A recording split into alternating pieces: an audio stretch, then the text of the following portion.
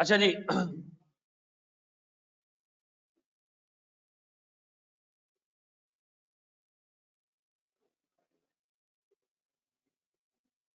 अजीज अल्लाह के वास्ते चुप हो जाए।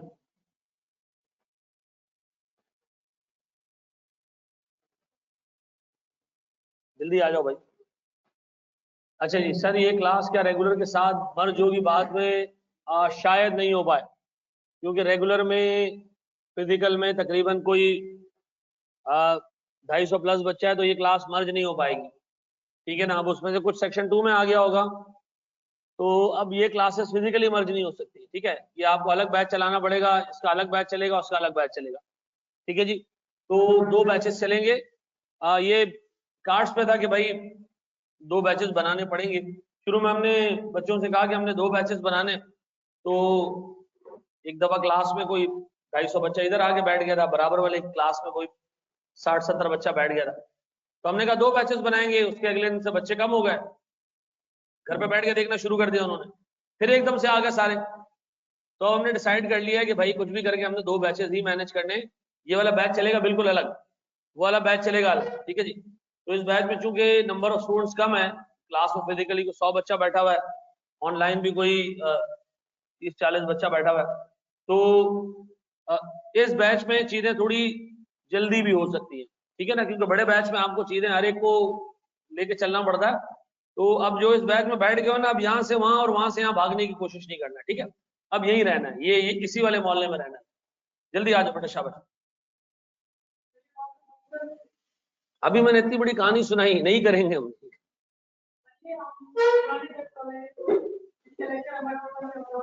तुम लोगों का पोर्टल अलग है, उनका पोर्टल अलग हो। ठीक है,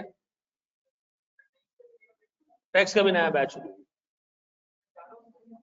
बिल्कुल नया बैच। हाँ जी, क्या बैच 1 में है वो यहाँ टॉपिक रिवाइज कर सकते हैं? हाँ कर सकते हैं, कोई इशू वाली बात नहीं है। अच्छा देखो, बैच 1 के बच्चे बैच 2 में आ सकते हैं, जगह बहुत है। बैच 2 का कोई बच्चा बैच 1 में ऐसे जा भी नहीं सकता, लेकिन उसको जाना भी नहीं चाहिए। ठीक है जी। अच्छा जी सर, सबसे पहले हम डिस्कस करते हैं जनाब इस पूरे सिलेबस को, इस कॉस्टिंग के चैप्टर इसमें है क्या क्या, कोर्स में है क्या क्या। अच्छा देखो, सबसे अजीब और सबसे बुरी और सबसे अच्छी बात, सारी चीजें एक ही बात में करूंगा। ये एक ही पेपर है पूरे सीए में जो कॉस्टिंग से रिलेटेड है। हाँ, इसका एडवांस वर्जन कॉस्टिंग की नॉलेज आपको चाहिए होगी एमएफए के अंदर। अगर आपने कॉस्टिंग नहीं पढ़ी है, तो एमएफए का पेपर देने में आपको फिर थोड़ी मुश्किलात पेश आती है। ठीक है, तो आपने कॉस्टिंग को पहले अटेम्प्ट में कवर करना है, ताकि आप सेकंड अटेम्प्ट में एमएफए का पेपर दे सकें, मैनेजरियल एंड फाइनेंशियल एनालिसिस का। यानी जो पुराना कॉस्टिंग का पेपर था, वो उन्होंने टेक्निकली 2 हिस्सों में तोड़ दिया। एक हिस्सा इसमें डाल दिया, एक हिस्सा उन्होंने डाल दिया एमएफए के पेपर में। ठीक है जी, और उस एमएफए के पेपर में एक और चीज भी बड़ी अजीब की उन्होंने जो सीए फाइनल का बिजनेस मैनेजमेंट था, वो उठा के नीचे डाल दिया। ठीक है, वो उठा के नीचे डाल दिया। तो मतलब उस पेपर के अंदर को 25 मार्क्स के करीब मैनेजरियल एनालिसिस है, और 75 नंबर के करीब उसके अंदर जो है वो कोर फाइनेंशियल मैनेजमेंट और एडवांस कॉस्टिंग है। ठीक है, तो इस पेपर को यहां पढ़ना है, ताकि जब हम अगले स्टेप पे जाएं तो हमें एमएफए का मसला ना हो। क्लियर? अच्छा जी, बिल्कुल मेरे बच्चों। चलो जी सर, एक तो इसमें पेपर एक ही है पूरे सिलेबस में। और देखो यार, मेरा अपना बड़ा स्ट्रॉन्ग आर्गुमेंट था कि आप कॉस्टिंग और एमएफए के पेपर को रखें बिल्कुल आखिर में, ये पेपर शुरू में नहीं होने चाहिए। क्यों? ये है थोड़ा मुश्किल पेपर, आसान नहीं है, थोड़ा मुश्किल पेपर है। ठीक है ना, थोड़ा सा टेक्निकल पेपर है, लेकिन ये है कि जो बंदा नंबर्स के साथ अच्छा है, जिसको नंबर्स से जो है वो मसला नहीं है, नंबर उसके साथ जो है वो लड़ाई नहीं करते, तो ये सब्जेक्ट बहुत अच्छा है उसके लिए। मैथ्स इसकी वीक है, वो इस सब्जेक्ट में मतलब फंसता है चीजों में। ठीक है, उसको मुश्किलात पेश आती है, ये मैं आज आपको बता देता हूँ, क्लियर कर देता हूँ। ठीक है, जिसका क्यूटी मैथ्स वीक है, वो थोड़ा फंसेगा इस सब्जेक्ट के अंदर। ठीक है, अच्छा जी, चाहिए क्या जनाब? Sir you must be good at numbers, this is the only requisite for this subject. Percentage, ratios, ठीक है जी, ग्रॉस अप करना, नेट करना, बेसिक मैथ्स आती है ना, अर्थमेटिक आती है ना, बस बहुत। और दिमाग चलता है ना। आपको ये पता है ना, अगर एक चीज हमने 2 रुपए की खरीदी है, तो 2 रुपए से एटलीस्ट ज्यादा पे बेचनी है, 2 रुपए से कम पे नहीं बेचनी है। इतना दिमाग तो चलता है ना। ये इस सब्जेक्ट के लिए अगर कोई बंदा मेमन है ना, तो वो आधा ऑलरेडी क्वालिफाइड है। आपको मैं बताऊं, वो अल्लाह ताला ने उनको एक जबरदस्त जो है वो दिमाग दिया है कि उनको बिजनेस की चीजें जल्दी समझ आ जाती है। बाकी लोगों को थोड़ा सा वक्त लगता है चीजें पिक करने में, लेकिन उनको अच्छा समझ आ जाता है। तो ये आपको अल्लाह की तरफ से एक एक्स्ट्रा ब्लेसिंग मिली हुई है। अच्छा जी सर, हमारे रिजल्ट्स क्या रहे हैं? अब रिजल्ट हमारे सर ये रहे, एक तरफ और दूसरी तरफ ये पुराने रिजल्ट है। थोड़े से नए रिजल्ट से अगर आप देखें तो लगभग 30% का रिजल्ट है। लेकिन ये नहीं देखना कि एक अटेम्प्ट में 30 होता है, फिर बढ़ जाता है, फिर कम हो जाता है, फिर बढ़ जाता है। ठीक है जी, अभी कम वाला आ चुका है। जो अभी लास्ट अटेम्प्ट हुई इसका रिजल्ट अभी तक नहीं आया, और उसमें पेपर आया भी मुश्किल है। तो ये मुझे बच्चे सोच रहे हैं इस अटेम्प्ट में कॉस्टिंग का पेपर दो, ताकि ऐसा कुछ भी नहीं है। ठीक है ना, ऐसा कुछ नहीं है। ये एक बस एक मतलब आपको एक ट्रेंड नजर आ गया, जरूरी नहीं है ट्रेंड आगे फॉलो। मे भी अगला रिजल्ट 19% वाला और उसके अगला 16% वाला हो, ऐसा खैर होता नहीं है। ठीक है जी, लेकिन ये इसके रिजल्ट्स रहे। आप देखिए सर 55% का रिजल्ट भी आया। लास्ट अटेम्प्ट का पेपर शायद बहुत मुश्किल, लास्ट से लास्ट अटेम्प्ट का पेपर बहुत मुश्किल था, फिर भी 48% रिजल्ट आ गया। क्यों? वो ये था कि आई कैप ने एक सवाल छापा था कहीं से, वो सवाल हमने क्लास में करा दिया था, तुक्का। ठीक है, को प्योर तुक्का। हमें नहीं पता होता आई कैप कहां से सवाल पूछता है, लेकिन एक चीज हमने क्लास में कराई, 25 मार्क्स का सवाल मैंने क्लास में कराया। ठीक है ना, और तुक्के में ये भी बोल दिया कि जैसा सवाल आ भी सकता है। ये फाइनल में आया तो जो बंदा फाइनल का पेपर बनाता है वही कैप का पेपर बनाता है, शायद मेहनत किए बगैर वो नीचे भी दे दे। और उसने ऐसे ही किया, उठा के पूरे 25 मार्क्स का सवाल एज इट इज छाप दिया नीचे। सारी फिगर्स को 1.2 से शायद मल्टीप्लाई कर दिया, डिवाइड कर दिया, हू बहू सवाल छाप दिया। तो वो 25 नंबर लोगों के एग्जैक्ट सही हो गए। ठीक है जी, तो रिजल्ट बन गया। लेकिन मैं फिर आपको बता दूं, ना मुझे पता था कि आई कैप ये सवाल पूछेगा, ना ये जरूरी है कि आइंदा ऐसा हो। ठीक है, नो क्लेम्स। ठीक है, ये आपको बता दूं, नहीं सर वो हर दफा आप सवाल कराते हैं पेपर में आ जाता है, प्योर तुक्का होता है वो। ठीक है जी, फाइनल के सवाल में इसीलिए कराता हूं क्योंकि एग्जामिनर बाद होगा वहीं से सवाल उठाता है और ऊपर पूछ लेता है। लेकिन क्या ये जरूरी है कि अगली दफा भी वो करेगा? नहीं, मुझे नहीं पता भाई। ठीक है, आज मैं बता देता हूं आपको। और ये कोई आपको बोले ना कि यार जो मैं क्लास में कराता हूं वही पेपर में आता है, तो सर उसको साइकेट्रिस्ट के पास जाने की जरूरत है। ठीक है जी, ऐसा कुछ भी नहीं है। ठीक है जी, आई कैप का पेपर आप गैस नहीं कर सकते, आप प्रेडिक्ट नहीं कर सकते। हाँ, हर एक बंदा एक प्रोफेशनल हंच रखता है। ठीक है जी, बादल देख के बंदा बता सकता है कि बरसात होगी नहीं होगी, बरसात करना है ना करना अल्लाह का काम। ठीक है, तो हम भी सिर्फ ये बताएंगे कि यार लगता है कि सेटअप में ये चीज पूछी जा सकती है, आ जाए, एक कॉन्फिडेंस होगा खाली। ठीक है सर, हमारे पास कोर्स में क्या है सर? इसके कोर्स के भी सर 3 एरियाज हैं, और 3 ऐसे एरियाज हैं जो थोड़े मतलब थोड़े ऐसे एरियाज हैं जिसपे मुझे कोर्स जब डिजाइन हुआ था ना, तो मुझे काफी ऑब्जेक्शन थी चीजों के ऊपर, क्योंकि मैं इस कमेटी का पार्ट हूँ जो एजुकेशन एंड ट्रेनिंग की चीजें देखता है क्या, तो मैं उस कमेटी का पार्ट हूँ। लास्ट टाइम ये कोर्स में सिर्फ 10 से 15 नंबर का एरिया था, अभी कितने का? 35 से 45 नंबर का एरिया। ठीक है जी सर, इस एरिया में है क्या? इस एरिया में सर कोई 5 टॉपिक्स हैं, जिसमें से इस टॉपिक पे मैं डाल रहा हूँ एक क्वेश्चन मार्क। आई कैप ने कोर्स में तो डाला हुआ, किताब में कवर्ड नहीं है। तो इस पे भी हमने क्लैरिफिकेशन ली भी है कि कोर्स में पढ़ाएं या ना पढ़ाएं। कोर्स में लिखा हुआ है एक्टिविटी बेस्ड कॉस्टिंग, कोर्स में लिखा हुआ है, लेकिन किताब में मौजूद नहीं है। ठीक है जी, तो देखेंगे हम इसको क्या करना है। ये हमारी सर 5 चीजें जो इस पर्टिकुलर एरिया का पार्ट है। ठीक है,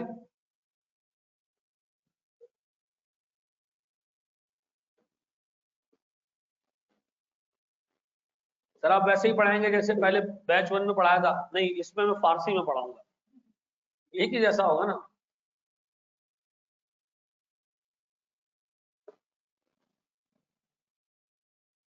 हाँ जी,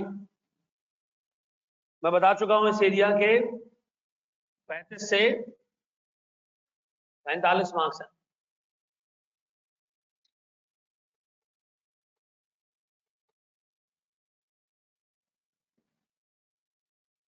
पढ़े आगे, कॉपी करते जाओ करते जाओ। कोर्स प्रॉब्ली कब तक खत्म हो जाएगा? देखो, ऑफिशियली एग्जाम से 1 महीना पहले, अनऑफिशियली लास्ट टाइम हमने 40 से 45 दिन पहले कोर्स कंप्लीट कर लिया पानी।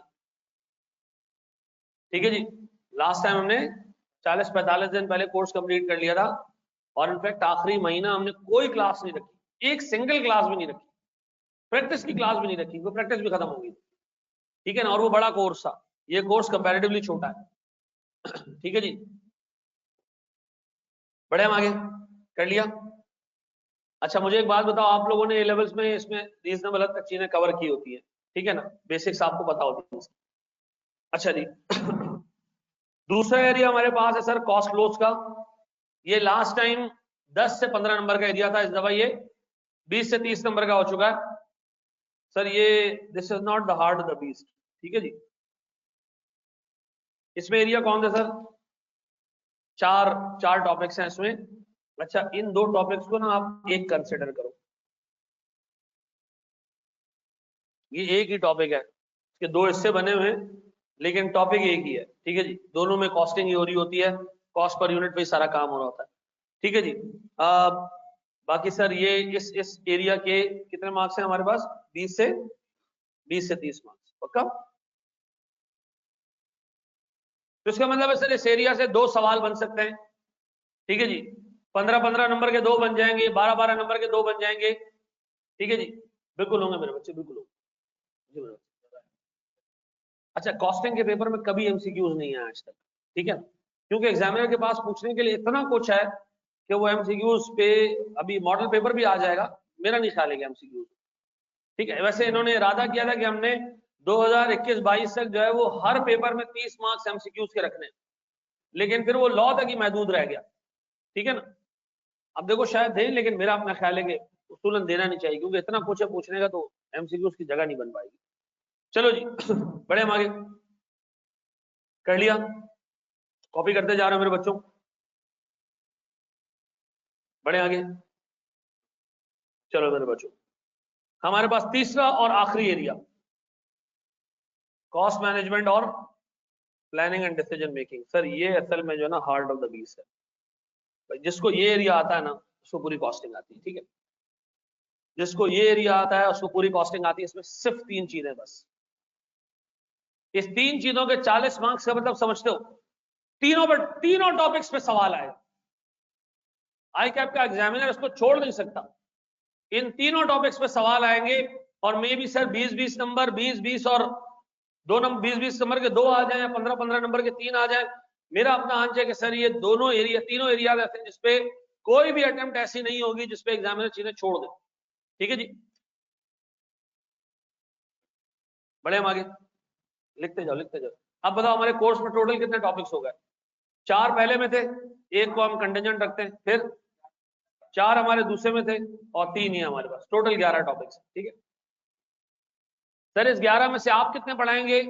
12 टॉपिक्स, ठीक है ना। सारा कोर्स मैं खुद पढ़ाऊंगा, ठीक है। FAR 1 में शेयर करता हूँ आकाश के साथ, कॉस्टिंग में पूरा खुद पढ़ाता हूँ, ठीक है। सबसे बड़े 3 चैप्टर थे और सबसे मुश्किल भी यही है, ठीक है ना। ऊपर वाले कंपैरेटिवली आसान है। ये टोटल बेटा तकरीबन कितने मार्क्स बता मैंने? 30 से 40 मार्क्स। बड़े हम आगे,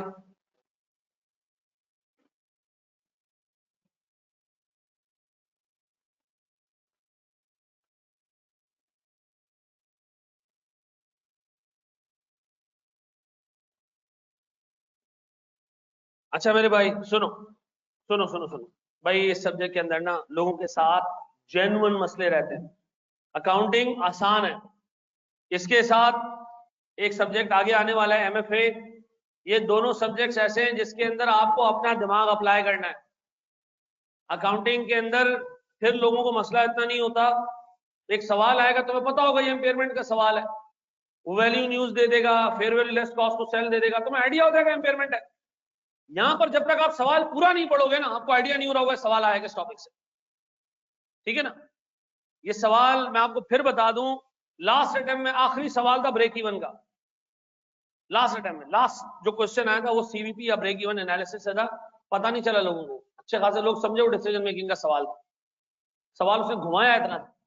तो दिमाग में ये रखना बेटा, ये सब्जेक्ट उन लोगों को परेशान करेगा जिनको सोचने की कैपेसिटी नहीं है। सोचने की कैपेसिटी का मतलब ये उन्होंने दिमाग बहुत कम इस्तेमाल किया आज तक, ठीक है जी। यार मैं आपको फैक्ट्स बता रहा हूँ, ये मैं कोई ऐसी बात नहीं बता रहा कि किसी को डिग्रेड कर रहा हूँ, नहीं। मुझे पता है कि यार जैसे मैं इंटरमीडिएट बैकग्राउंड से आया था, हमें हमारा टीचर कहता था पहले सवाल का जवाब है यहां से यहां तक। तो क्यों? बस बेटा कॉपी करो। मतलब हम दुनिया के वो फजूल तरीन लोग थे जो किताब में छपी हुई चीज को कॉपी पे छापते थे फॉर नो रीजन। क्यों छाप रहे हो भाई, जब किताब भी हमारे पास ही है ना, कॉपी भी हमारे पास ही है। जब वहां से वहां तक निशान लगा दिए तो वहीं से याद कर लेंगे, उसको छापने की क्या जरूरत है? तो हम लोग वो सहरा के लोग हैं बेटा, अभी भी यही चल रहा है ना? है क्या चल रहा है? लॉबेटिस कभी तक चल रही है। इन्ना लिल्लाहि व इन्ना इलैहि राजिऊन। ये क्या हो गया भाई? हैं?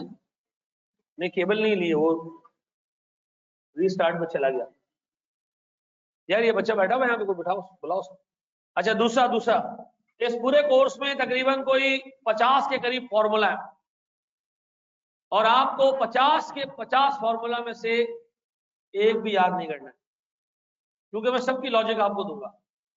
ठीक है जी, वो लॉजिक समझ लेना, आपको फॉर्मूला याद करने की जरूरत नहीं पड़ेगी। अभी अभी अभी क्यूटी का पेपर देकर आ रहे हो ना आप लोगों ने? अभी एक आईआरआर का फॉर्मूला पढ़ा होगा, छोटा ए प्लस बड़ा ए ऊपर, बड़ा ए माइनस बड़ा बी नीचे, और छोटा बी माइनस छोटा है यहाँ पे।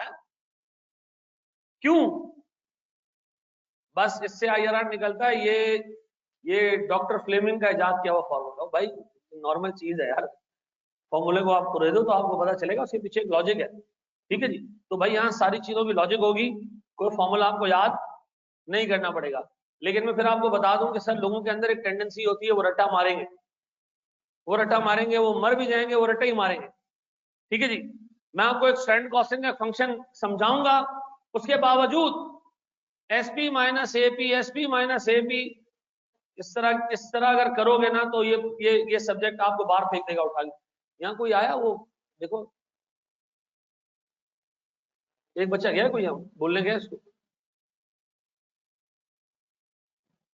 जिनका बीएमबीएस पास है उनको एमएफए देने की जरूरत नहीं है, मतलब वो एग्जाम्प्ट हो जाएगा। है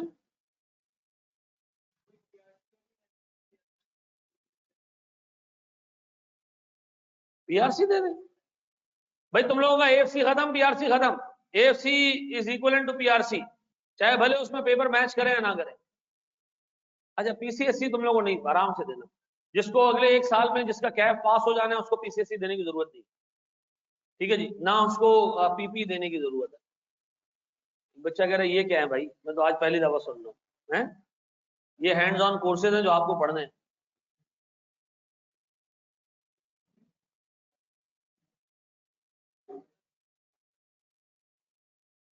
गया कहाँ था?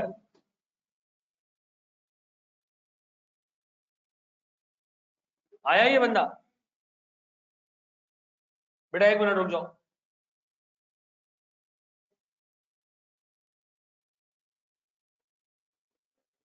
ये कहाँ चला गया?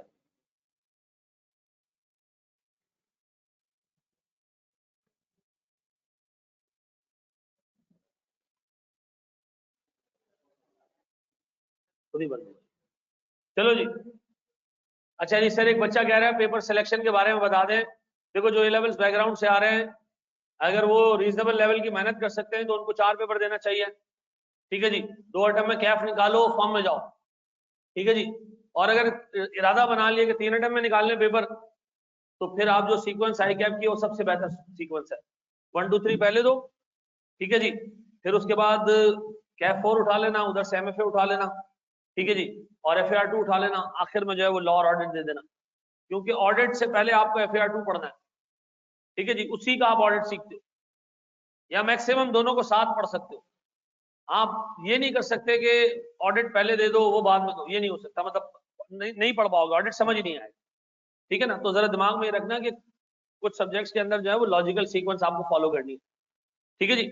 अच्छा जी, चलो जी सर। दूसरा सर, आपको मैंने कहा आखिरी वाला जो ब्लॉक है 40 से 45 नंबर वाला, उसमें आपने लगाने ज्यादा टाइम। आपने इतना टाइम वेस्ट नहीं करना बेटा उस एरिया पे वक्त नहीं लगाना जिस एरिया में आपको मार्क्स कम नजर आ रहे हैं। ठीक है जी। देखो यार लोग करते ये हैं कि जैसे मुझे सब्जेक्ट शुरू करेंगे ना, मैं आपको पहले पढ़ाना शुरू करूं मटेरियल, लेबर, ओवरहेड, मटेरियल आया गया, लेबर आया गया, नहीं नहीं नहीं नहीं नहीं, मैं इस तरह नहीं शुरू कराऊंगा।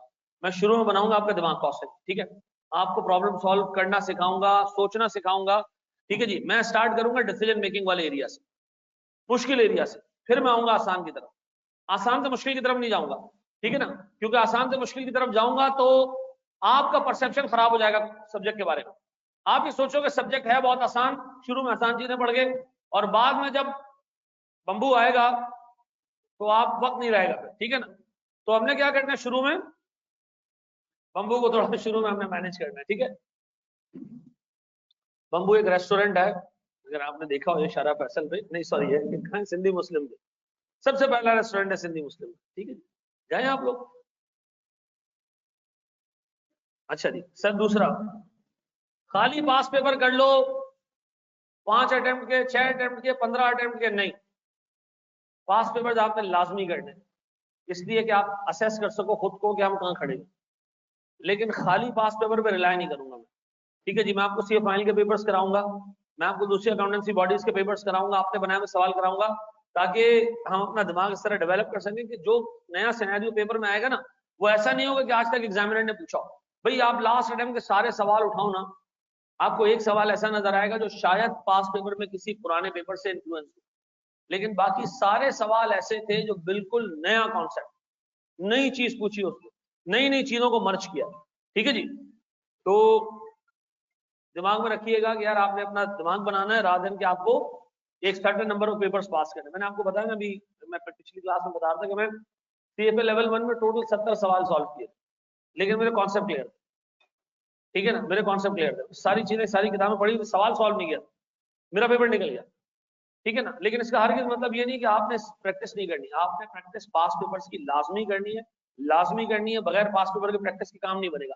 लेकिन ये सोचना कि खाली पास पेपर कर लो हो जाएगा, इससे भी काम नहीं बनेगा।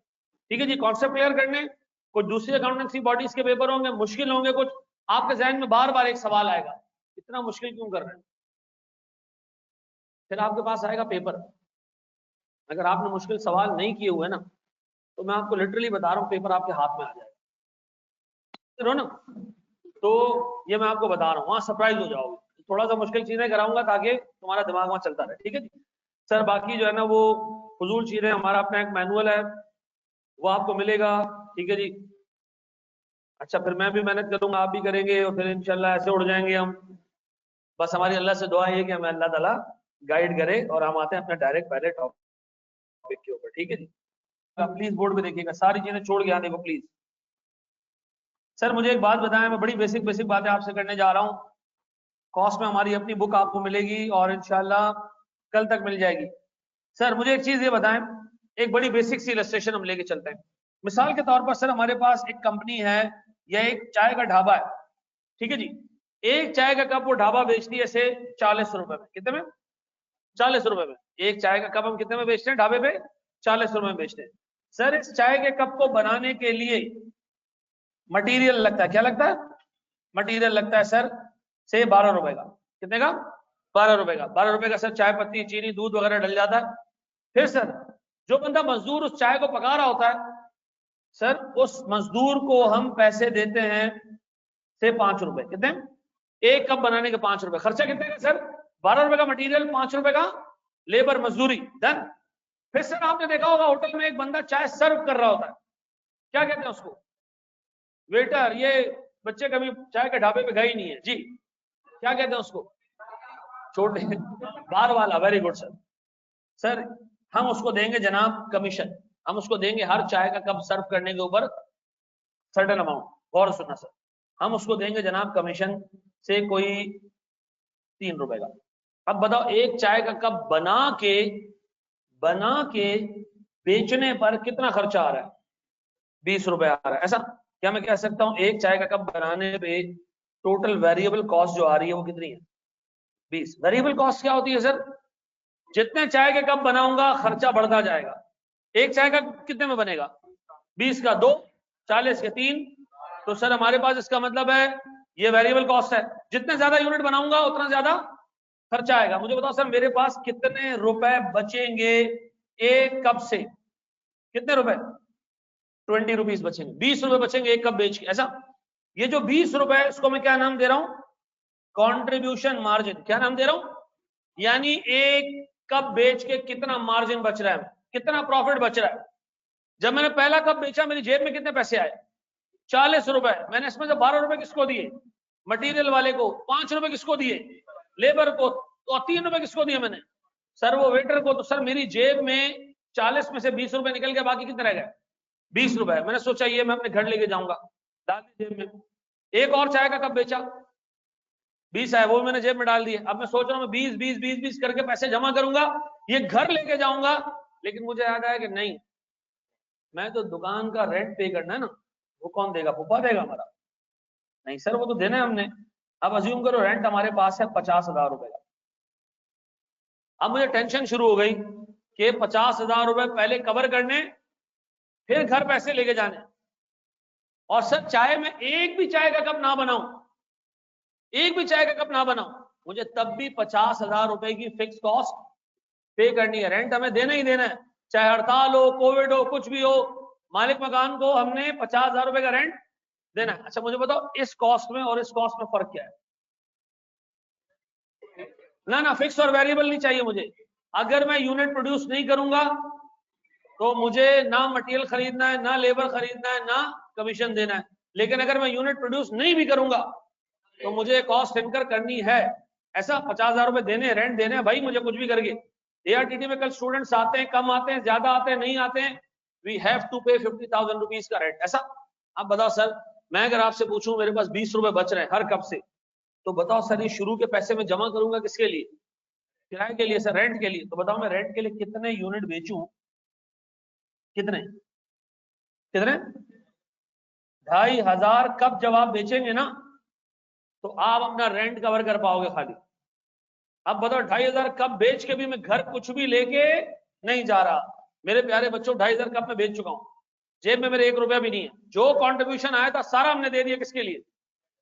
फिक्स कॉस्ट के लिए, रेंट के लिए। अब बताओ रेंट कवर हो चुका है, 2,500 यूनिट बिक चुके हैं, अब सुकून आ गया जिंदगी में। अब बताओ जैसे ही अगला यूनिट बेचूंगा 2500 के बाद, पहला यूनिट जो बेचूंगा कितने रुपए जनरेट होंगे? ये 20 रुपए में घर लेके जाऊंगा, ये 20 रुपए में घर लेके जाऊंगा। ये 20 रुपए मेरा क्या है? ये प्रॉफिट है।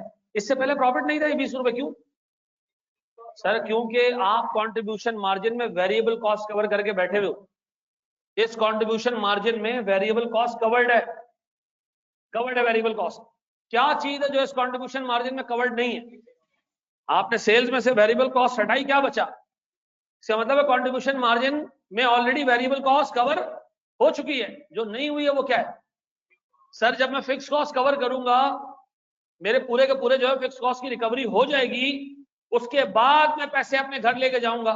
ऐसा तो मुझे बताओ 2500 यूनिट पे क्या आ जाएगा कंपनी का? ब्रेक इवन आ जाएगा। ब्रेक इवन का मतलब क्या होता है? वो पॉइंट जहां कंपनी का कोई प्रॉफिट कोई लॉस नहीं। अच्छा अब सुनो, 2,500 यूनिट जब मैं बेचूंगा मेरे प्यारे बच्चों, हमारी सेल्स कितनी होगी टोटल? 2,500 इंटू 40 कितना? 1 लाख रुपए की सेल्स होगी पक्का।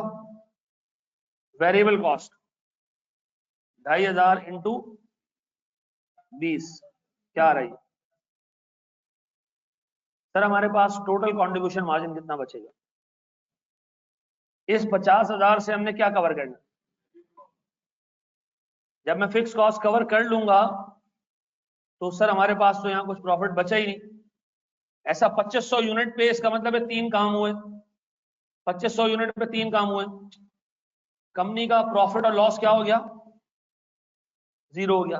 ऐसा कंपनी का प्रॉफिट और लॉस 0 हो गया। कंपनी की टोटल सेल्स और टोटल कॉस्ट बराबर हो गई। कैसे कैसे कैसे? टोटल कॉस्ट कितनी है? 50 वेरिएबल 50 फिक्स, 50 वेरिएबल 50 फिक्स, कितने हो गए? 1 लाख। सेल्स कितनी है हमारी? इसका मतलब 1 लाख रुपए हमने कमाए, 50,000 रुपए हमने वेरिएबल कॉस्ट वालों को दे दिए, 50,000 रुपए हमने किसको दे दिए? तो हमारी जेब में क्या बचा? कुछ नहीं बचा। तो सर इसका मतलब ब्रेक इवन पॉइंट पे कंपनी की टोटल सेल्स और टोटल कॉस्ट क्या होगी, बराबर होगी। सर ब्रेक इवन पॉइंट पे कंपनी का टोटल कंट्रीब्यूशन मार्जिन सिर्फ और सिर्फ फिक्स कॉस्ट को कवर कर रहा होगा। कंपनी का टोटल कंट्रीब्यूशन मार्जिन किसको कवर कर रहा होगा? सर ये जो पॉइंट है, तीसरा पॉइंट, सर ये आगे ना पास पेपर के अगर मैं 10 सवाल कराऊंगा ना, 7 सवाल ऐसे होंगे जिसमें एग्जामिनर आपसे एक्सपेक्ट करेगा कि आपको पता होना चाहिए। वो फिक्स कॉस्ट पेपर में नहीं देता, वो आपसे एक्सपेक्ट करता है कि आपको पता होना चाहिए कि ब्रेक इवन पॉइंट पे कंपनी का जितना कंट्रीब्यूशन मार्जिन होता है वो फिक्स कॉस्ट को कवर कर रहा होता है, वो उसके बराबर होता है। यानी अगर हम ब्रेक इवन पे हैं तो हमने इतना कंट्रीब्यूशन मार्जिन कमाया होगा कि हमने सिर्फ रेंट पे किया होगा और हम अपने जेब में कुछ भी लेके घर पे नहीं गए। तो मुझे बताओ अगर मैं ब्रेक इवन पे हूं तो मेरी जेब में जितना कंट्रीब्यूशन मार्जिन था कहां खर्च हुआ हो? तो ये आपको पता होना चाहिए कि भाई ब्रेक इवन पॉइंट पे कंपनी जितना कंट्रीब्यूशन कमाएगी उसमें से कोई पैसा प्रॉफिट की तरफ नहीं जाएगा, वो सारा बराबर होगा किसके? तो सर याद रखिएगा, मैं बार बार रिपीट कर रहा हूं, फिक्स कॉस्ट सवाल में नहीं मिल रही होगी और जंगली वहां बैठ के चिल्ला रहे होंगे पेपर गलत है, पेपर गलत है, पेपर गलत है। गलत नहीं होगा, वो आपसे एक्सपेक्ट करता है कि आपको पता होना चाहिए कि जब कंपनी अपने ब्रेक इवन पॉइंट पे पहुंचती है तो कंपनी इतना कंट्रीब्यूशन कमा चुकी होती है कि वो सिर्फ और सिर्फ किस चीज को कवर कर सके, फिक्स कॉस्ट को कवर कर सके। ऐसा है। अब बताओ मेरे प्यारे बच्चों, मैं आपको लिखने के लिए टाइम दूंगा लेकिन रुकिएगा। सर वेरिएबल कॉस्ट हमारे वो खर्चे हैं जो चेंज होते हैं जैसे जैसे हम प्रोडक्शन करते जाते हैं, बिल्कुल, और फिक्स कॉस्ट हमारी चेंज नहीं होती। मुझे एक बात बताओ, और सुनो और सुनो और सुनो, ये हमारा एक छोटा सा टैंकर है सर, ठीक है जी, ये एक छोटा सा टैंकर है सर, यहां से, और सुनना, हम 1 यूनिट कितने का बेच रहे हैं, खर्चा कितना आ रहा है इसको बनाने पे, बचते कितने हमें, ये 20 रुपए हम डालते हैं इस डब्बे में, ये डब्बा हमारा क्या है, फिक्स कॉस्ट है, क्या है, ये डब्बा भरेगा कब, ये भरेगा कब, 20 रुपए डालते हो, 50,000 कवर करने के लिए 20 रुपए डाले जा रहे हो, डाले जा रहे हो, डाले जा रहे हो, जब ये डब्बा फुल हो जाएगा तो क्या करेगा, ये ओवरफ्लो करेगा, ये एक और डब्बे में जाके गिरेगा, ये डब्बा क्या होगा, बताओ कंपनी का प्रॉफिट कब शुरू होता है, जब हमने कंट्रीब्यूशन मार्जिन से फिक्स कॉस्ट कवर कर लेते हैं। उसके बाद जो कंट्रीब्यूशन मार्जिन आता है वो क्या क्या करता है, इसका नाम कंट्रीब्यूशन मार्जिन है इसीलिए कि ये पहले कंट्रीब्यूट करता है किसकी तरफ, फिक्स कॉस्ट की तरफ, फिर ये कंट्रीब्यूट करता है किसकी तरफ। तो मुझे एक बात बताएं, एक कंपनी का प्रॉफिट में आने के लिए जरूरी है कि वो कम से कम इतने यूनिट बनाए, ठीक है जी, कि उसके कंट्रीब्यूशन मार्जिन से क्या कवर हो जाए। कंट्रीब्यूशन मार्जिन क्या है, सेल्स प्राइस का वो हिस्सा जो वेरिएबल कॉस्ट को कवर करने के बाद बच गया है। इससे क्या चीज कवर नहीं की अभी तक, जब फिक्स कॉस्ट को भी कवर कर लेगा तो प्रॉफिट में हम चले जाएंगे। ऐसा है, बड़ी बेसिक सी बात समझ आ रही है सर, इसको पहले कॉपी कर लें, शाबाश।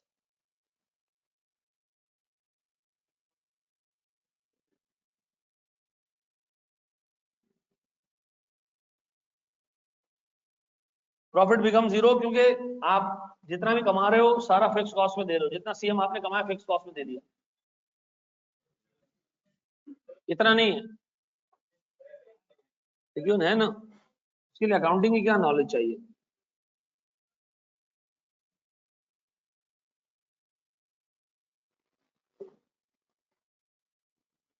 जी मेरे बच्चों,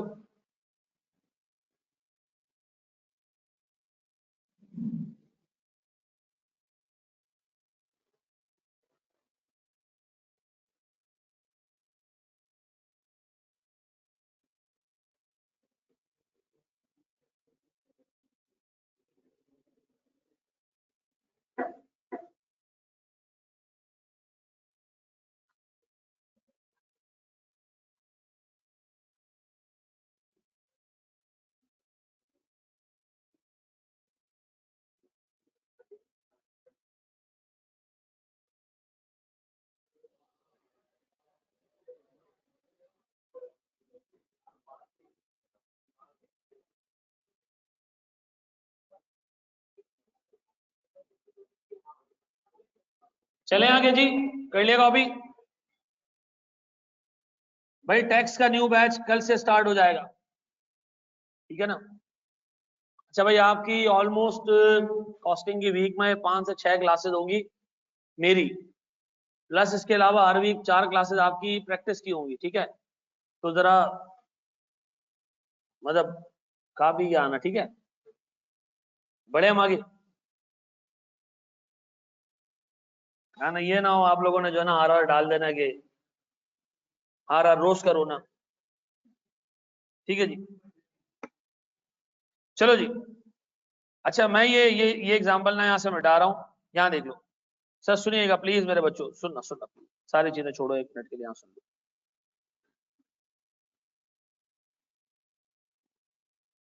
सर मुझे एक चीज ये बताएं, अगर मैं आपसे कहूं कि मेरे पास एक कंपनी के प्रोडक्ट की सेलिंग प्राइस है 80 रुपए, बताओ उसकी वेरिएबल कॉस्ट है 48 रुपीज, बताओ कितने रुपए का कंट्रीब्यूशन मार्जिन हमें बच रहा है? 32 रुपए में वेरिएबल कॉस्ट ऑलरेडी कवर हो गई, होगी। अच्छा जी, फिर मैं आपसे कह रहा हूं भैया हमारे पास जो फिक्स कॉस्ट है उसमें सबसे पहले जनाब रेंट, रेंट हमारे पास है 4 लाख का। सर फिर हमारे पास डेप्रिसिएशन है, सर 2 लाख रुपए का हमारे पास डेप्रिसिएशन है। किस चीज का? मशीनों वगैरह का। डेप्रिसिएशन क्या होता है? एनी आइडिया है? अभी आज इससे पहले हमने FAR 1 की क्लास में एक चीज पढ़ी थी कि आपने कुछ मशीन्स खरीदी लाखों रुपए की, सीधी सी बात है हर साल वो मशीन यूज होगी ना, तो हम कह रहे हैं अगले साल हमारा अंदाजा है कि हमारी कितनी मशीन यूज होगी। अच्छा ये इस चिलर की लाइफ 5 साल है, ये हमने लाख रुपए का खरीदा था, 5 साल में खत्म हो जाएगी, तो क्या मैं कह सकता हूं अगर 1 लाख रुपए की कीमत है इसकी और 5 साल लाइफ है, तो ये हर साल कितना इस्तेमाल होता होगा? 20-20 हजार, ठीक है जी। सर मुझे एक बात बताएं, अगर ये क्लासेस बंद हो जाएं तो सर क्या ये चिलर डेप्रिशिएट होगा? हाँ होगा, ठीक है जी, क्योंकि हमारा ये अंदाजा होता है कि यार, या हमारा ये अजम्पशन है कि अगर काम नहीं भी हो रहा ना तो फैक्ट्री की मशीनों की लाइफ या फैक्ट्री की मशीनों की जो है वो कंजम्पशन हम काउंट कर रहे होते हैं, ठीक है जी, क्योंकि हमारा अंदाजा होता है कि यार जो चीजें है ना वो टाइम बेस्ड लाइफ लेकर आई है, ठीक है ना, वो यूनिट बेस्ड लाइफ नहीं लेकर आई है। क्या मतलब? टाइम के साथ साथ खत्म हो जाएंगी। अच्छा कुछ ऐसी चीजें होती हैं जो यूनिट्स पे चल रही होती है, ठीक है जी। अगर एक मशीन ऐसी है जैसे फोटोकॉपी की मशीन है, कहा जाता है कि जी जब उसका काउंटर 1 मिलियन को टच करता है तो मशीन खत्म हो जाती है, तो बताओ उसकी लाइफ कैसी है, नंबर ऑफ डेज में है या नंबर ऑफ यूनिट्स पे? अगर हम नंबर ऑफ यूनिट्स पे तो फिर वो वेरिएबल कॉस्ट होगी, ठीक है जी। फिर क्या होगी वो वेरिएबल कॉस्ट? का क्या मतलब होता है? वो जो नंबर ऑफ यूनिट्स बढ़ाने से बढ़ जाए, जो नंबर ऑफ यूनिट्स कम करने से कम हो जाए। तो मुझे एक बात बताएं, अगर मैं आपसे कहूं इस कंपनी का एक यूनिट कितने रुपए में बनता है? 48 रुपीज। 2 यूनिट बनेंगे तो 96, 3 यूनिट बनेंगे तो और कॉस्ट बढ़ेगी, तो इसको हम क्या कह रहे हैं? ये नंबर ऑफ यूनिट्स पे डिपेंडेंट है। रेंट और डेप्रिसिएशन ये 2 कॉस्ट ऐसी हैं, चाहे जितने भी नंबर ऑफ यूनिट बना दो ये 4 लाख और 2 लाख ही रहेंगी, ठीक है जी, 4 लाख और 2 लाख ही रहेंगी। सर दरमियान में कोविड आया, ARTT में जितना रश होता था ना उसका 10% रह गया, सब लोगों ने घर पे पढ़ना था, कुछ लोग ऐसे थे जिन्होंने जिद की हम फिजिकल आएंगे, 10% लोग आते थे। तो मुझे एक बात बताएं, क्या हमारे मालिक मकान ने रेंट कम कर दिया? नहीं, देखा भाई आपका मसला ही है, ठीक है जी। अब मुझे बताओ सर, जब माशाल्लाह फट फट के बच्चे आ रहे हैं, हर क्लास में जो है वो बराबर में भी क्लासेस लग रही हैं, ठीक है जी, एक एक क्लास के अंदर 2-2 क्लासों के बच्चे आ रहे हैं, क्या हमारा रेंट बढ़ गया? नहीं सर, आज भी उतना ही है। अब मालिक मकान आए तो सही, कहे तो सही कि ज्यादा रेंट चाहिए, क्या करेंगे हम? याद दिलाएंगे उसको? करेंगे कुछ नहीं, याद दिलाएंगे यार कि जब हालात बुरे हो तुमने हेल्प की नहीं की ना। जी मेरे बच्चे,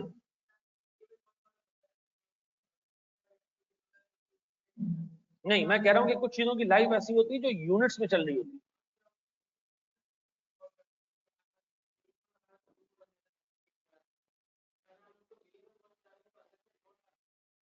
देखो एक चीज तो हम पहले क्लियर कर लें, हम कॉस्टिंग में ना कुछ चीज रिकॉर्ड नहीं कर रहे हैं, ठीक है ना। ये कॉस्टिंग सिर्फ और सिर्फ किसके लिए हो रही है?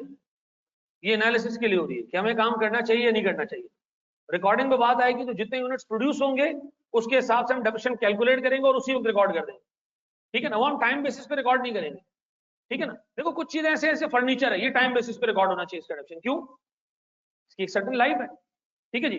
जैसे मिसाल के तौर पर हमारे पास कंप्यूटर्स हैं, ये टाइम बेसिस पे होना चाहिए, क्योंकि हमें पता है 3 साल बाद टेक्नोलॉजी इतनी ड्रास्टिकली चेंज हो जाती है कि आपके पास उस एसेट का यूज नहीं रहता। लेकिन हाँ, मेरे पास जो फोटोकॉपी की मशीन लगी है मैं शायद उसको टाइम पे डेप्रिशिएट ना करूं, क्यों? क्योंकि जिससे हमने खरीदी उसने कहा कि 1.5 मिलियन का काउंटर टच करेगा ये मशीन बेकार हो जाएगी। हम क्या करते हैं सर, उसको डेप्रिशिएट करते हैं किसके ऊपर? नंबर ऑफ यूनिट्स के ऊपर। ये हमारा जो प्रोजेक्टर लगा हुआ है, गेस करो ये किस पर डेप्रिशिएट होता होगा? नहीं, टाइम पे नहीं होता ये होता है नंबर ऑफ आवर्स पे। वेरी गुड, क्योंकि इसके लेंस की लाइफ है।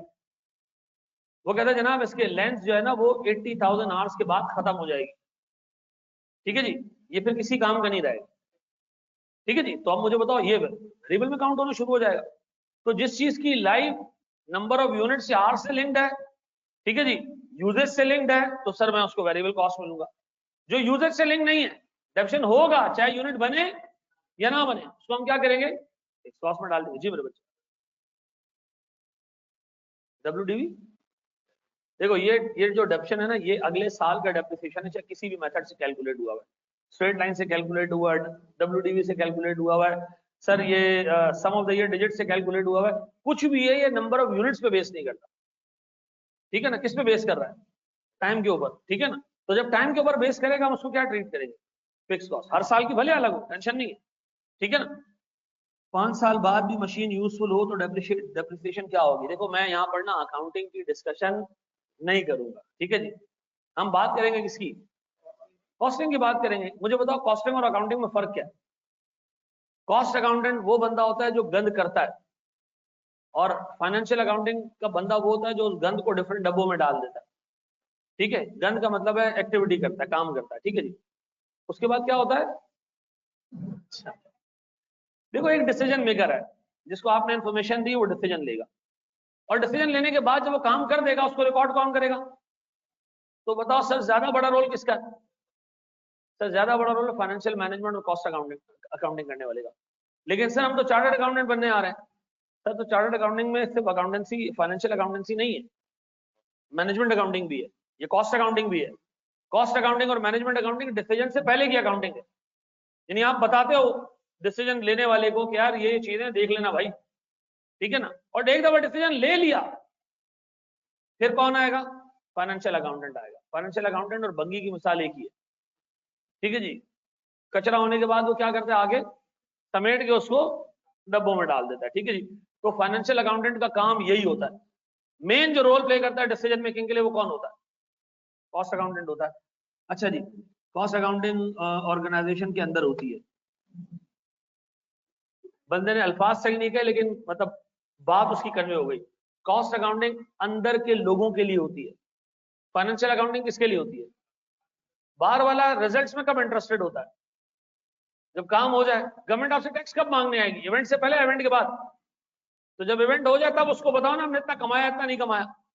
अंदर वाले को हम क्या बताते हैं, कंपनी के अंदर जो लोग हैं उनको हम क्या बताते हैं, ये काम होने जा रहा है।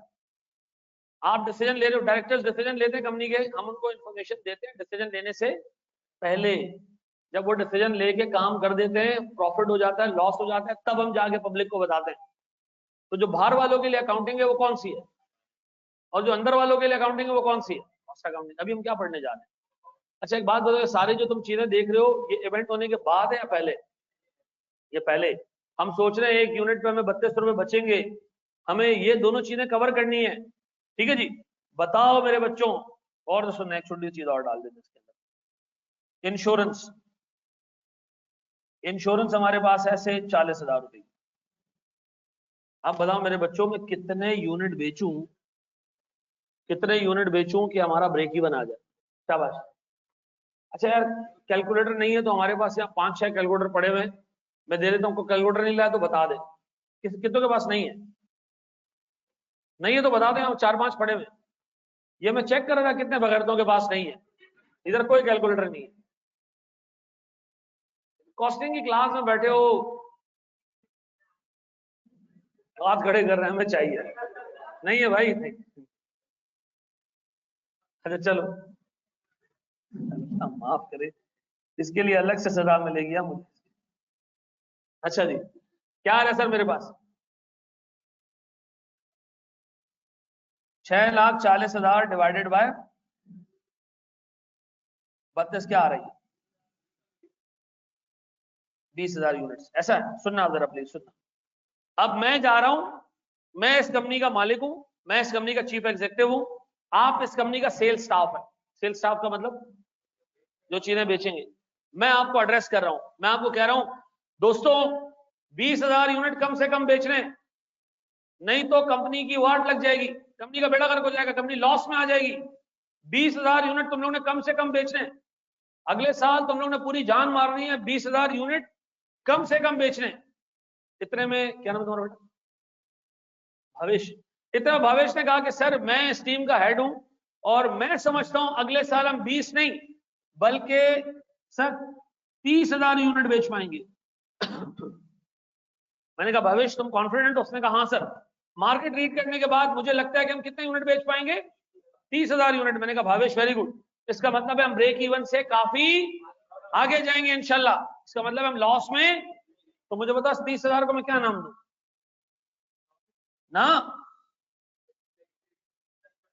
Expected sales. ये 30,000 क्या है? रुपए यूनिट से क्या है? ये यूनिट से। कितने यूनिट बेचूंगा गुना माफ हो जाएंगे? 20,000। वो कह रहा है भाई गुना माफ छोड़ो, हम सवाब वाले काम करेंगे इंशाल्लाह। हमें 30,000 यूनिट बेचने का मौका मिल रहा है मार्केट में, कंपेटिटर्स कम है, इंशाल्लाह I will be able to sell 30,000 unit. Sir मैं क्या कह रहा हूं, 20,000 कम से कम बेचने। जब इसने मुझे कहा कि हम 30,000 बेच सकते हैं तो मुझे खुशी किस चीज की भी पता है कि हम ब्रेक इवन से आगे आगे आगे 10,000 यूनिट बेच पाएंगे। कितने यूनिट? 10,000 यूनिट बेच पाएंगे। तो ये अच्छी बात है बुरी बात है? अच्छी बात है, लॉस में तो नहीं होंगे। लॉस कवर करने के लिए कितने यूनिट बेच रहे हैं? 20। लॉस से आगे कितने यूनिट हम बेच रहे हैं? इस 10,000 यूनिट को उर्दू जुबान में कहते हैं margin of safety.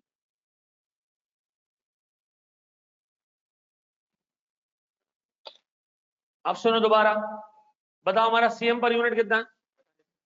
32। Her unit से कितने कमाते हैं? 32 32 32 32। शुरू में हमने 20,000 यूनिट बेचने ताकि इतना सीएम कमा सकूं कि अपनी फिक्स कॉस्ट को क्या कर सकूं? कवर कर सकूं। कितने यूनिट पे हमारी फिक्स कॉस्ट कवर हो जाएगी? कितने? 20,000 पे। उसके बाद सर मेरे पास मौका है 30,000 यूनिट बेचने का, यानी 10,000 और बेच सकता हूं मैं। अच्छा ये भावेश को किसने बताया कि आप 30,000 यूनिट बेच सकते हो? सर इसको लगता है कि मार्केट में हम इतने यूनिट बेच सकते हैं। हमें लगता है कि मार्केट में लगभग इतनी डिमांड होगी कि हम इतने यूनिट बेच पाए। तो मुझे एक चीज ये बताओ, अगर आप इतने यूनिट बेच पा रहे हो, मार्केट में आपको लग रहा है कि इतनी डिमांड है, मेरा आपसे बड़ा बेसिक सा सवाल है, कितने यूनिट आप ब्रेक इवन से आगे बेच पा रहे हो? कितने यूनिट में आपका लॉस कवर हो जाएगा? बाकी कितना आगे बेच पा रहे हो? हर यूनिट से कमाते क्या हो? 32 रुपए। शुरू के 20,000 यूनिट से जो 32 कमाए कहां लगा दिए? अब बताओ अगले 10,000 से जो 32 कमाओगे वो घर लेके जाओगे, वो कितना है? 3 लाख। इसका मतलब है इन 10,000 यूनिट्स में हमें कितना प्रॉफिट मिलेगा? 3,20,000। अगर मैं सिर्फ 20,000 यूनिट बेच पाता तो मैं सिर्फ फिक्स कॉस्ट कवर कर पाता, घर कुछ भी लेके नहीं जाता। अब बताओ 10,000 यूनिट एक्स्ट्रा बेचूंगा तो, अच्छा ये बात भेजे में बैठती है? चेक कर लेते सर, आप शायद गलत बोल रहे हो। सर मुझे एक बात बताओ, कितने यूनिट बेचने का भावेश ने हमें जो है ना वो दिया सर, सिग्नल दिया? 30,000 यूनिट्स। 30,000 इंटू 80 कितना?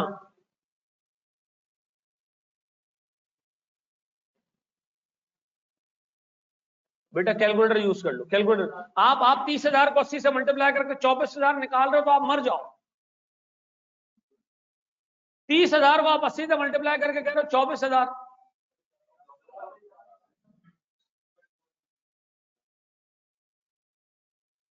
कहां जाएंगे यार हम? 24,000।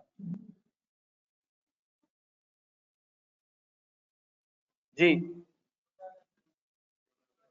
ये मेरा भाई सीएम।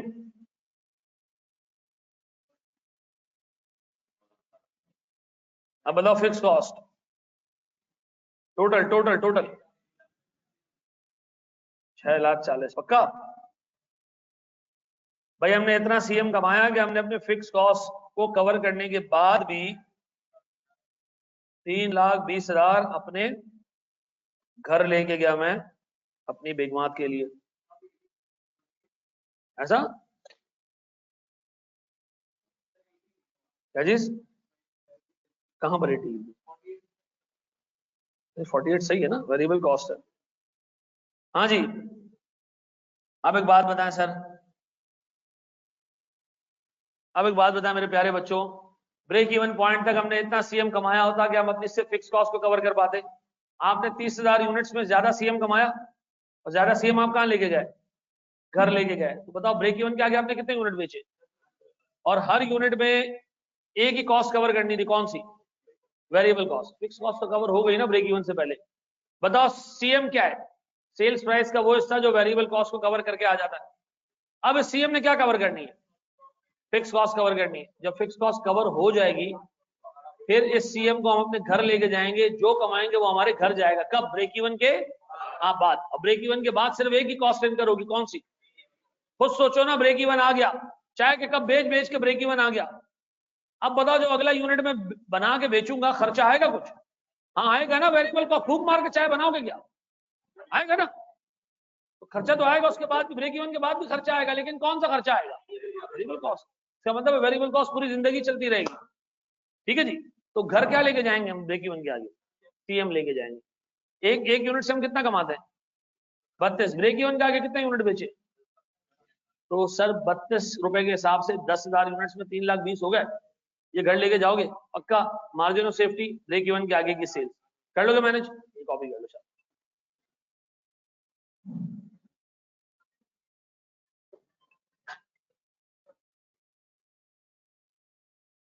हेलो, वालेकुम सलाम। वालेकुम सलाम। क्या नाम है आपका? यार मैं इसको क्लास में हूँ, तो मुझे तकरीबन 6 बजे कॉल कर लो, ठीक है?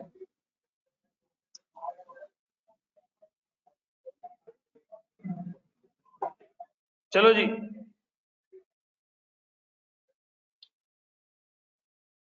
जी मेरे बच्चों कर लो, बिल्कुल सुकून से कॉपी करो।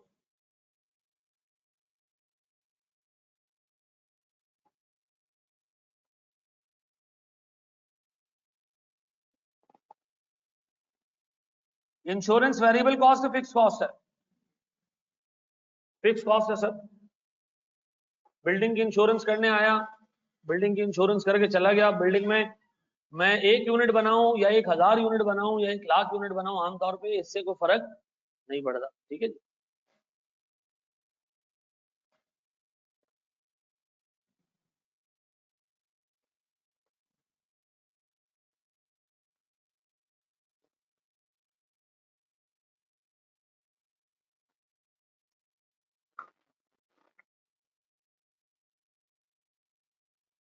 ब्रेक इवन का टॉपिक है ना? ये ब्रेक इवन का टॉपिक है? नहीं, ये नॉन लीनियर इक्वेशन है बेटा। ब्रेक इवन और क्या है यार? भाई मैं किसी को सार्कास्टिकली ऐसे बोल दूं, नाराज नाराज नहीं हूं। मैं ये भंगी वंगी बोलता रहता हूँ, कोई दिल पे नहीं लेता। तो मुझे एक बच्चा बता रहा था कि ये लेवल्स के एक टीचर ने मुझे ऐसे भंगी वंगी बोला, मैं प्रिंसिपल के पास चला गया। ठीक है ना, मैंने कहा मैं तो यहीं से निकाल दूंगा। मुझे सुना नहीं, मतलब क्लास में थोड़ा माहौल लाइट रखें, ठीक है? आप भी मुझसे मजाक कर सकते हो, लेकिन मैं जवाब दूंगा आपको फिर। ठीक है ना? निकालूंगा नहीं क्लास से, ठीक है? ये मेरा वादा है। आपकी वीडियो नहीं आ रही है।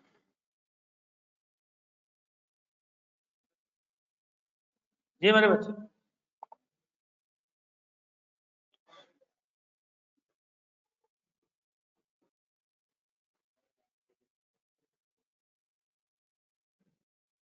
जी आगे बढ़े हम दोस्त। कौन सा लास्ट नंबर ये बता दूं है क्या? जूम कर दो।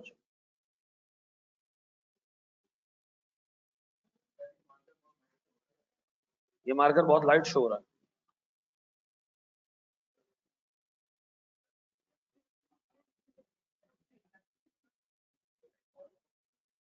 सेट हो गया? हाँ जी, बढ़े हम आगे दोस्त। चलो जी, thank you very much sir. बताएं कौन सा टॉपिक है? ब्रेक इवन है भाई, और क्या है? सही है बिल्कुल हसैन, बिल्कुल सही। प्यारे बच्चों, मेरे प्यारे बच्चों, बोर्ड पे देख लो। बढ़े आगे, एक स्टेप देखें।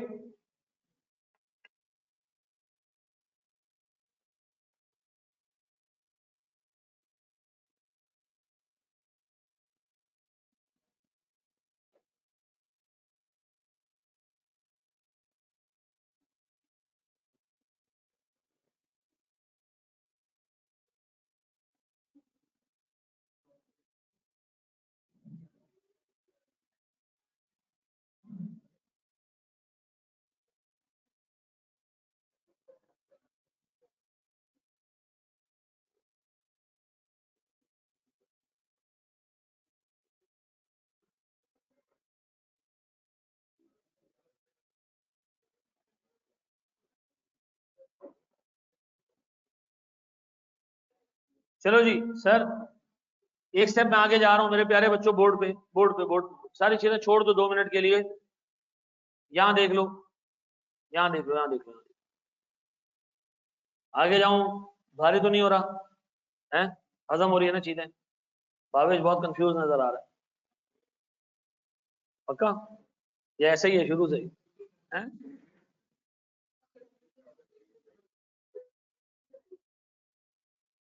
देखो सबसे पहले तो डिसाइड कर लो, एक मतलब एक टेक्निकल चीजों से बाहर आ जाओ।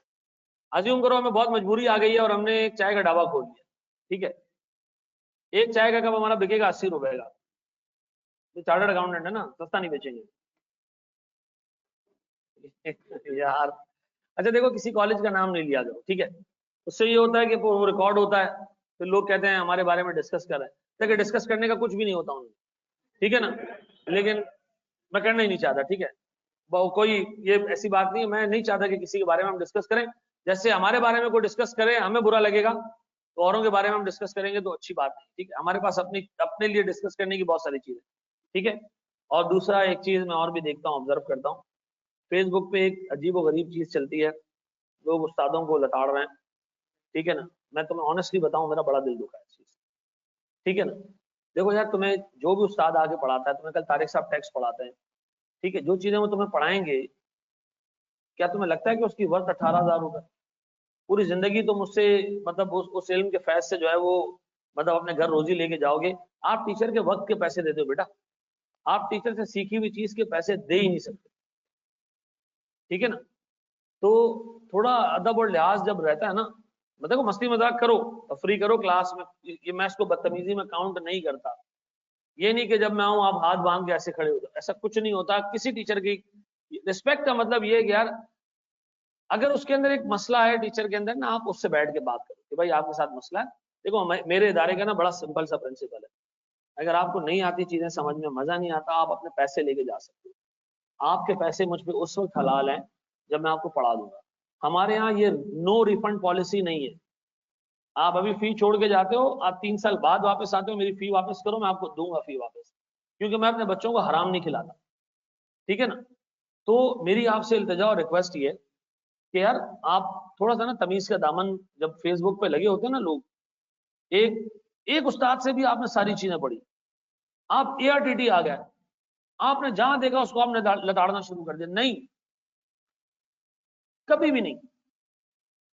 अल्लाह के इल्म जो है ना, अल्लाह की जागीर है, अल्लाह का वो है विरस, अल्लाह का क्या कहते हैं उसको, ये अल्लाह की ताला की मलकियत है इल्म। अल्लाह ताला ने इल्म दिया लोगों को, खुद किसी के पास किसी का इल्म नहीं, चाहे वो पैगंबर हो चाहे कोई भी। इल्म सिर्फ अल्लाह का है, अल्लाह ने सबको दिया है। तो अल्लाह ताला ना इल्म से फैज निकाल देता है जब आप उस्ताद के साथ बदतमीजी कर दो। उससे सीखे हुए इल्म में उससे आपको फायदा नहीं होता कुछ, सीख तो लेते हो आप, लेकिन जिंदगी में कहीं काम नहीं आता आपको, कहीं काम नहीं आता फिर। तो मेरी आपसे रिक्वेस्ट है यार, ठीक है चीजें ऊपर नीचे होती हैं, ठीक है? आप एक तमीज के दायरे में रह के, अगर कोई मसला है उसके अंदर आप उससे जाके बात करो, ठीक है? आप आगे प्रिंसिपल से बात करो, स्कूल में बात करो, वो मसला होगा टीचर के अंदर, हम आपके साथ खड़े हैं। बाहर का कोई, अच्छा मैं किसी को भी ना देखूं कि कोई दूसरा कॉलेज से छोड़ के यहाँ आया हो और वहां की भी बुराइयां कर रहा हो, ये ना यार कमजोर इंसान की निशानी है। एक जगह से आप छोड़ के आप उसको जो है वो गालियां दे दो, हो गया खत्म हो गई बात, आपके नसीब में था वहां XYZ जगह पे लॉस करना। बहुत सारे लोग यहाँ से भी जाते हैं। एक बच्चा यहाँ से छोड़ के चला गया, मुझे बोर्ड नजर नहीं आ रहा, नहीं आता उसको नजर, करीब भी बैठता रहा उसको नजर नहीं आता, चला गया छोड़ के, बाहर गया, हमारी 10 जगह बुराई की उसने, फिर लौट के इधर आ गया। आया तो मेरे दिल में आया कि मैं उसको सुनाऊं। फिर मैंने कहा यार तुम में और उस बच्चे में फर्क क्या रह गया। मैंने उसको बड़े प्यार से उसको वेलकम किया, बैठो भाई, जहां से भी पढ़ो भाई, ये हमारा रिलेशनशिप पैसों का नहीं है, ठीक है ना। मैं तुम्हें इतना बता रहा हूँ, यहाँ पर हम दो ओनर्स हैं, अल्लाह का शुक्र है हमने बहुत पैसे बनाए, थोड़े मोड़े नहीं, सिर्फ कॉलेज से नहीं बनाए, ठीक है ना। आपकी हम इज्जत इसलिए नहीं करते कि आपसे कोई फीस चार्ज करते, यार हमें खुशी होती है कि अगर हम किसी की जिंदगी में कोई वैल्यू ऐड कर सकें, ठीक है ना। अगर मेरी जात से आपको कोई फायदा होता है, शायद मेरे लिए आखिरत में निजात का एक जरिया बन जाए। बाकी तो हमारे अमाल ऐसे हैं कि आप सोच भी नहीं सकते, ठीक है ना। ये जो आशा ही हमारे साथ ही जो है ना, वो चर्च पी के सोया होता है? नहीं, मैं जब ये पढ़ाना शुरू किया तो मैं कॉर्पोरेट सेक्टर से आया था यार, वो अहमद शराब पीता है, मैं सुनने को मिला, मैंने कहा अच्छा। अब मैं शराब पीता हूँ, मैं नाले पे पड़ा होता हूँ, सुबह नहा धो के आके आपको पढ़ा देता हूँ, ये आपके लिए मैटर करता है? या मैं उस नाले पे बैठ के कुछ कर रहा होता हूँ, वो आपके लिए मैटर करता है? मैटर नहीं करता ना, तो आप मेरी जिंदगी में पढ़े भी नहीं, ठीक है ना। हर बच्चा आगे बोल, सर आपकी दो शादियां कैसे हो गई भाई, आपका लेना देना मेरी जाती जिंदगी से नहीं होना चाहिए, मैं भी आपकी जाती जिंदगी में नहीं पढ़ूंगा, ठीक है जी, अल्लाह की कसम नहीं पढ़ूंगा जाती, बिल्कुल भी नहीं पढ़ूंगा, ठीक है जी। मैं अक्सर जाता हूँ कि घूमने वूमने के लिए, कोई स्टूडेंट मिल गए, दो तीन स्टूडेंट्स घूम रहे हैं, ठीक है ना, तो मैं मुंह फेर के साइड पे हो जाता हूँ, भाई मैं तुम्हारा अपना नहीं हूँ यार, ठीक है ना। एक दफा मैं, जब अच्छे टाइम चल रहे थे, कोविड नहीं आया हुआ था, मैं मूवी देखने चला गया बेगम के साथ, एट्रियम मॉल में मूवी देखने के लिए बैठे, हम इंतजार कर रहे हैं, दो स्टूडेंट्स आए, देखा मुझे, मैंने उनको देखा, एक एक तरफ चला गया दूसरा। भाई तुम्हारी जिंदगी है, जो करना है करो यार, ठीक है जी। लेकिन फिर भी पूछ रहा, आखिर दो कैसे हैं? इसके लिए बेटा टैलेंट चाहिए होता है, थोड़ी तपड़ चाहिए होती है। चलो जी सर, मैं आपको दे रहा हूँ छोटा सा क्वेश्चन, जरा दिमाग लगाना वहां। सर एक एक कंपनी की, एक कंपनी एक प्रोडक्ट बेच रही है, उसकी सेलिंग प्राइस है 120 रुपए, वेरिएबल कॉस्ट है सर 90 रुपीज, ठीक है जी, वेरिएबल कॉस्ट 90 रुपीज है सर। कंपनी की फिक्स कॉस्ट 6 लाख रुपए, कंपनी की एक्सपेक्टेड सेल्स है 40,000 यूनिट्स। बताएं कंपनी की मार्जिन ऑफ सेफ्टी कितनी है, कंपनी का प्रॉफिट कितना है? बड़ा सिंपल सा सवाल, नन्हे मुन्ने बच्चों वाला सवाल, शाबाश। 6 लाख फिक्स कॉस्ट है, वो वेरिएबल है, ठीक है जी, उसका एक पार्ट फिक्स होता है, एक वेरिएबल होता है।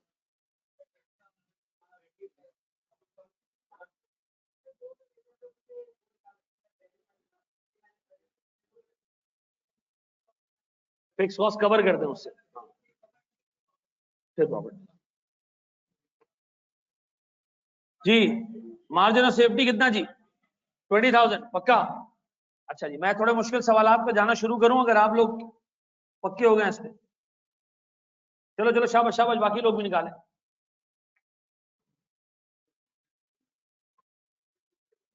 प्रॉफिट कितना? 6 लाख पक्का? मेरे बच्चों बोर्ड पे, सबसे पहले एक बात बताओ, वेरिएबल कॉस्ट है मेरे पास कितने की? सीएम कितना है? 30। बोर्ड में फिक्स कॉस्ट कितनी है डिवाइडेड बाय 30, क्या आ रहा है? 20,000 क्या रुपीज? नहीं सर, यूनिट्स। अब बताएं हमारी कंपनी की एक्सपेक्टेड सेल्स कितनी है? 40,000 यूनिट्स। आउट ऑफ 40,000 यूनिट्स हमारे पास ब्रेक इवन किस पे आ रहा है?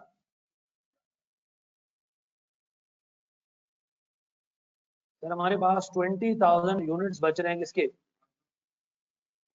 अब बताओ, इस मार्जिन ऑफ सेफ्टी में जितना भी सेल्स है वो हमारा प्रॉफिट है? नहीं, जितना भी कंट्रीब्यूशन मार्जिन है वो हमारा प्रॉफिट है। तो बताओ, प्रॉफिट मालूम करने के लिए इसको किससे मल्टीप्लाई करो, कितना आ जाएगा? सर ये चेक भी करा दें वाकई 40,000 यूनिट पे इतना प्रॉफिट बनता है नहीं? 40,000 यूनिट पे सेल्स कितनी आएंगी? 40,000 इंटू 120 कितना? 4.8 मिलियन। फिर वेरिएबल कॉस्ट इंटू 90 3.6।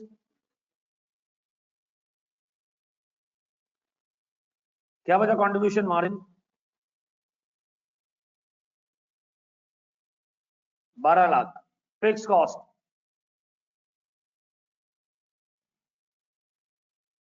प्रॉफिट वाकई 6 लाख का प्रॉफिट बच रहा है। पक्का? बड़े हम आगे दोस्त, कॉपी करना कर लो, शाबाश भाई। इतनी बेसिक समझ आ गई? कितने लोगों ने खुद से कर लिया था? तो ये तो हो ही जाना था यार। सही हो गया, अच्छी बात।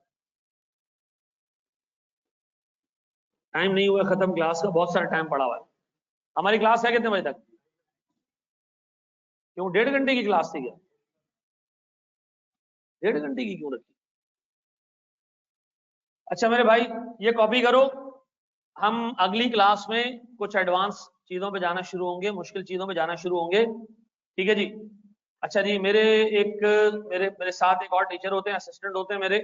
उनको असिस्टेंट कहना उनके टैलेंट के साथ ज्यादती होगी, ठीक है ना। माशाल्लाह वो मेरे साथ काफी टाइम से पढ़ा भी रहे हैं, तो वो आपको प्रैक्टिस कराएंगे, ठीक है जी।